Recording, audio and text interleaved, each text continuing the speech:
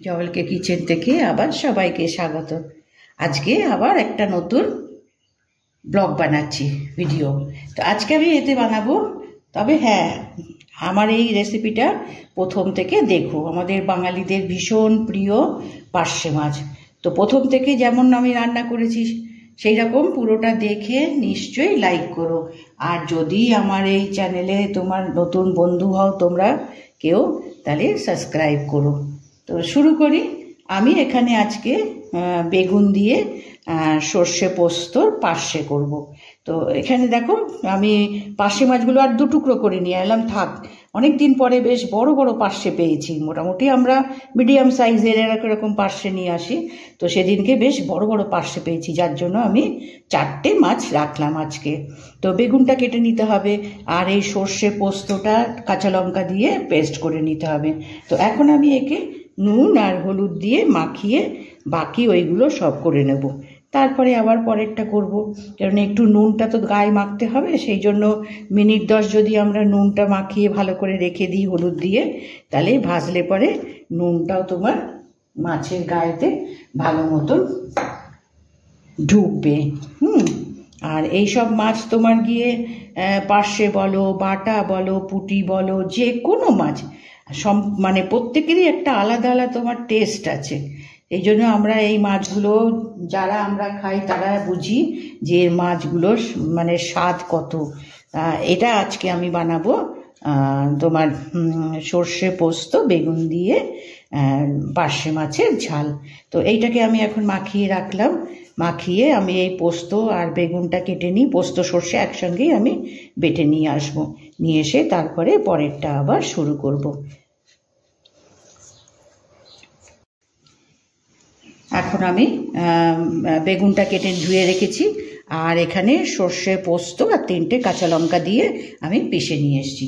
এবার তেলটাও বেশ গরম হয়ে গেছে, কেননা সর্ষের তেল তো, এটা একটু ঝাঁজটা চলে যেতে হবে। তো এটা গরম হয়ে গেছে, এখন আমি মাছ ভাজাটা করব। আর এগুলো খুবই বড় বড়, কেটে দিলে ছোট হয়ে যায়, একটু বড় রেখেছি তো বড় বড় লাগছে। এটা আমি একটু আস্তে করে ভেজে নিতে হবে। এটা ধীরে ধীরে আমি 4টে মাছ ভেজে নিই।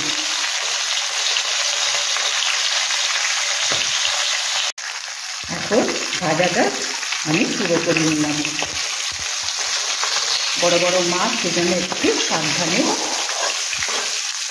ভাজা তোলা করতে হবে। আমি মাছগুলো সব এবার সাবধানে ভেজে নিয়েছি। হ্যাঁ, এবার এখানে আমি একটু কালো জিরে ফোড়ন দেবো। একটু কালো জিরে ফোড়ন দিলাম। এবার বেগুনগুলোকে একটু ভেজে নেব। একটু নুন দিয়ে বেগুনগুলোকে একটু ভেজে নেব।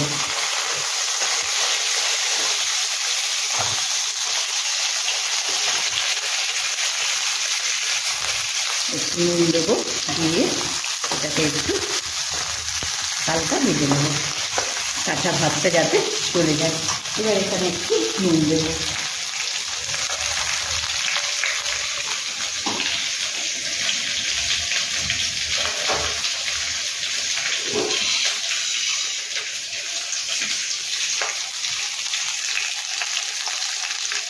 এখানে নুন দিয়ে দিলাম। এটাকে আমি একটু উল্টি পাল্টি করে ভেজে নিয়ে তারপরে ঝোলটা করার জন্য তখন এটাকেও একটু ভেজে তুলে রাখতে হবে। এটা একটু ভেজে নিই আমি মানে এদিক ওদিক করে। বেগুনটা ভেজে নিয়েছি, এবার আমি এটাকে গ্যাসটা কমিয়ে দিয়ে এটাকে তুলে নিই।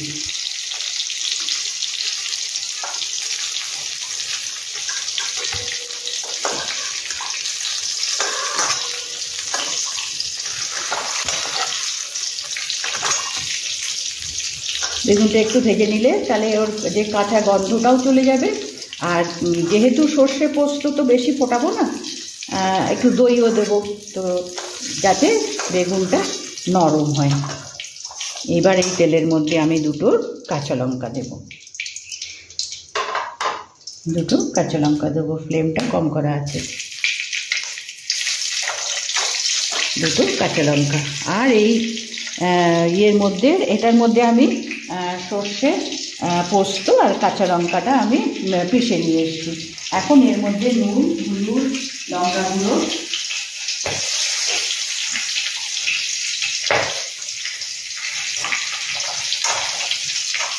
নুনটা সাবধানে দিতে হবে যাতে বেশি না হয়ে যায়। ভেজেছি, বেগুনে দিয়েছি, যার জন্য এখানে আমি বেশি দিলাম না।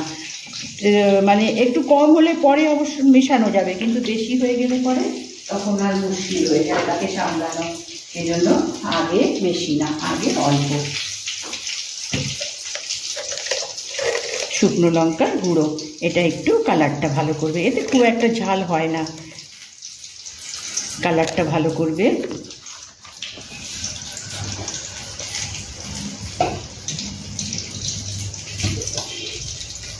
এবার এখানে হলুদ গুঁড়ো,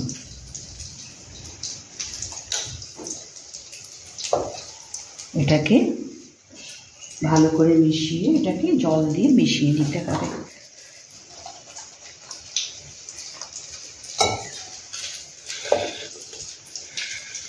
এটাকে ভালো করে মিশিয়ে নিই। এবার এটাকে মিশিয়ে নিয়েছি। এবার এই মশলাটা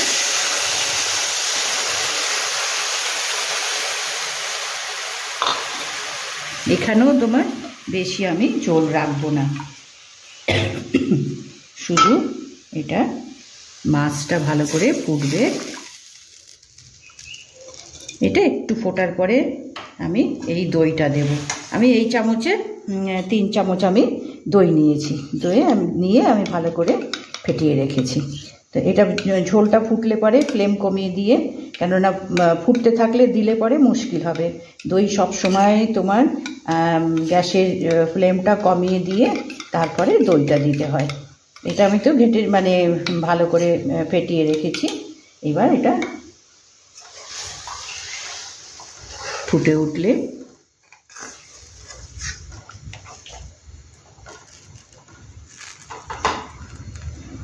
কেননা এর মধ্যে তো মশলা তো কিচ্ছু নেই, সর্ষে, যেহেতু আমি আজকে সর্ষে পোস্তর পার্শ্বে করছি বেগুন দিয়ে, তো অন্য কিছু নেই। হলুদ তো দিতেই হবে কালারের জন্য, আর তোমার গিয়ে লঙ্কাটা একটু দিয়েছি যাতে ভালো ঝোলের কালারটা একটু ভালো হয়।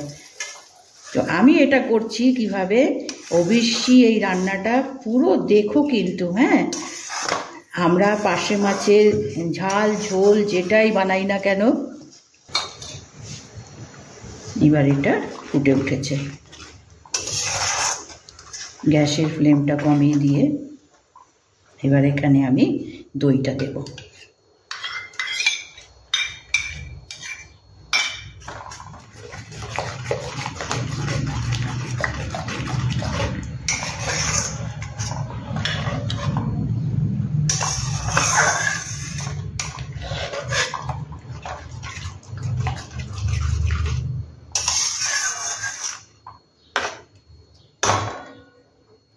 একটু বাড়িয়ে দিলাম ফ্লেমটা, বাড়িয়ে দিয়ে ফুটলে পরে বেগুনগুলো দেব।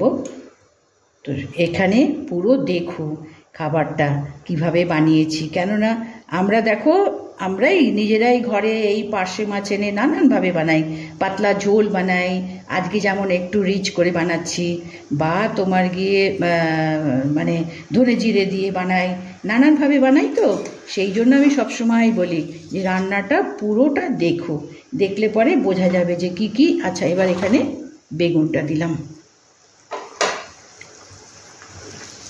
আর আজকে আমি এটা পুরো সর্ষের তেলে বানালাম।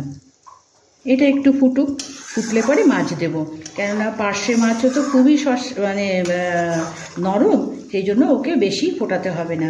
বেগুনটা একটু ফুটে যাক, তারপরে মাছটা দেব। বেগুন দিয়ে একটু ফুটিয়ে নিয়েছি, এখন মাছগুলো এর মধ্যে দেব। মাছগুলো দিয়ে বেশি ফোটাতেই লাগবে না, ভালো করে ভেজে নিয়েছি।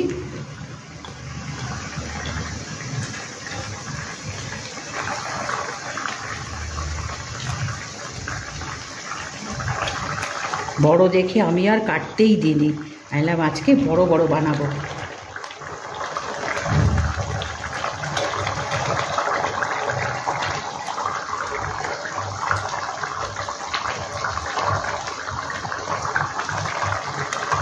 এবার মাছটাকে আস্তে এবার উল্টে পাল্টে ঝোলটাকে একটু ফুটিয়ে নিতে হবে, বেশি ফোটাবো না।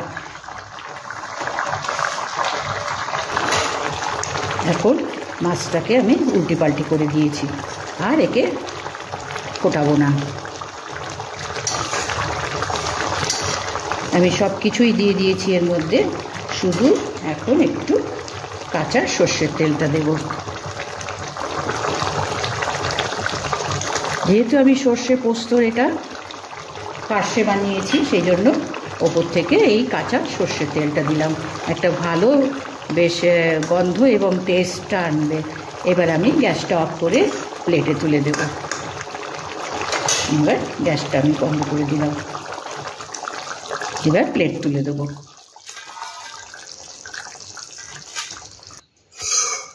এখন আমি প্লেটে তুলে দিয়েছি, এর ওপরে একটু ঝোল দিয়ে দেবো।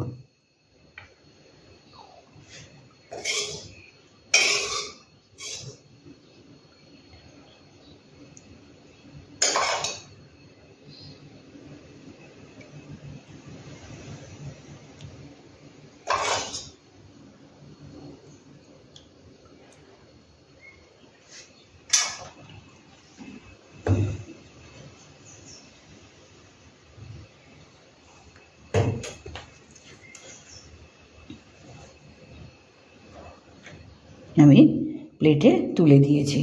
তো আজকে আমি বানালাম বেগুন দিয়ে সর্ষে পোস্ত পার্শে। হ্যাঁ, এটাকে ঝাল বলো বা সর্ষে পোস্তর গ্রেভি বলো, যেটাই হোক এটা তোমার বানিয়েছি। ওপর থেকে একটু আজকে আর ধনেপাতা দিলাম না, কেননা সর্ষের তেল, কাঁচা সর্ষের তেলটা দিয়েছি, ওটাও তোমার গিয়ে খুবই ভালো হয়। সর্ষে পোস্ত একটা আলাদা টেস্ট আছে, আর তার সঙ্গে যদি আমি কাঁচা তেলটা দিই তো এটা আলাদা একটা টেস্ট এবং ফ্লেভার আনে। তো আজকে আমি বানালাম, দেখো ভালো লাগলে লাইক করবে নিশ্চয়ই, আর আমার নতুন বন্ধু হলে সাবস্ক্রাইব করো, কমেন্টস করো যে এটা আমি বানালাম ঠিক হলো কিনা, বা আরও কিভাবে বানাও বা বানানো যায় সেগুলো নিশ্চয়ই লিখো। তো আজকে আমি এখানে শেষ করলাম।